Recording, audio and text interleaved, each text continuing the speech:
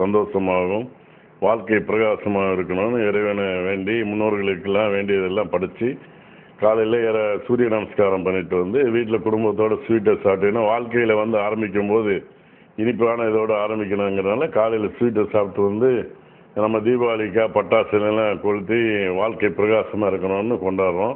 ஆனந்தமான தீபாவளி இருக்கணும், குடும்பம் எல்லாம் ஆனந்தமாக இருக்கணும், ஆரோக்கியமாக இருக்கணும், எல்லோரும் சந்தோஷமாக இருக்கணும்னு நினச்சி பிரார்த்தனை பண்ணி கொண்டாடுறோம். நல்லபடியாக போயிட்டுருக்கு.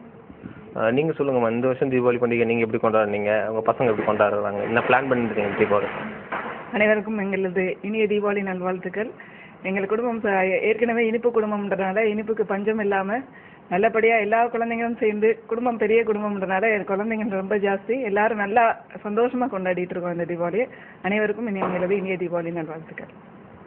இந்த தீபாவளி பண்டிகையை நீங்கள் எப்படி கொண்டாடுறீங்க, என்னென்ன பிளான் பண்ணீங்க, அதெல்லாம் எந்த அளவுக்கு இதை சாத்தியமாக இருக்குது?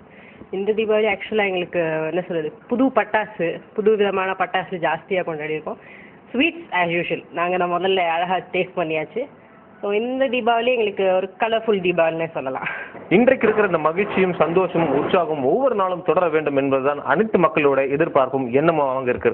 கலைஞர் செய்திகளுக்காக ஒளிப்பதிவாளர் கிருஷ்ணமூர்த்தியுடன் ராம்குமார்.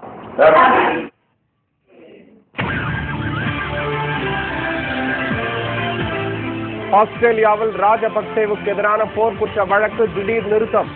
விவரம் இடைவேளைக்கு பிறகு.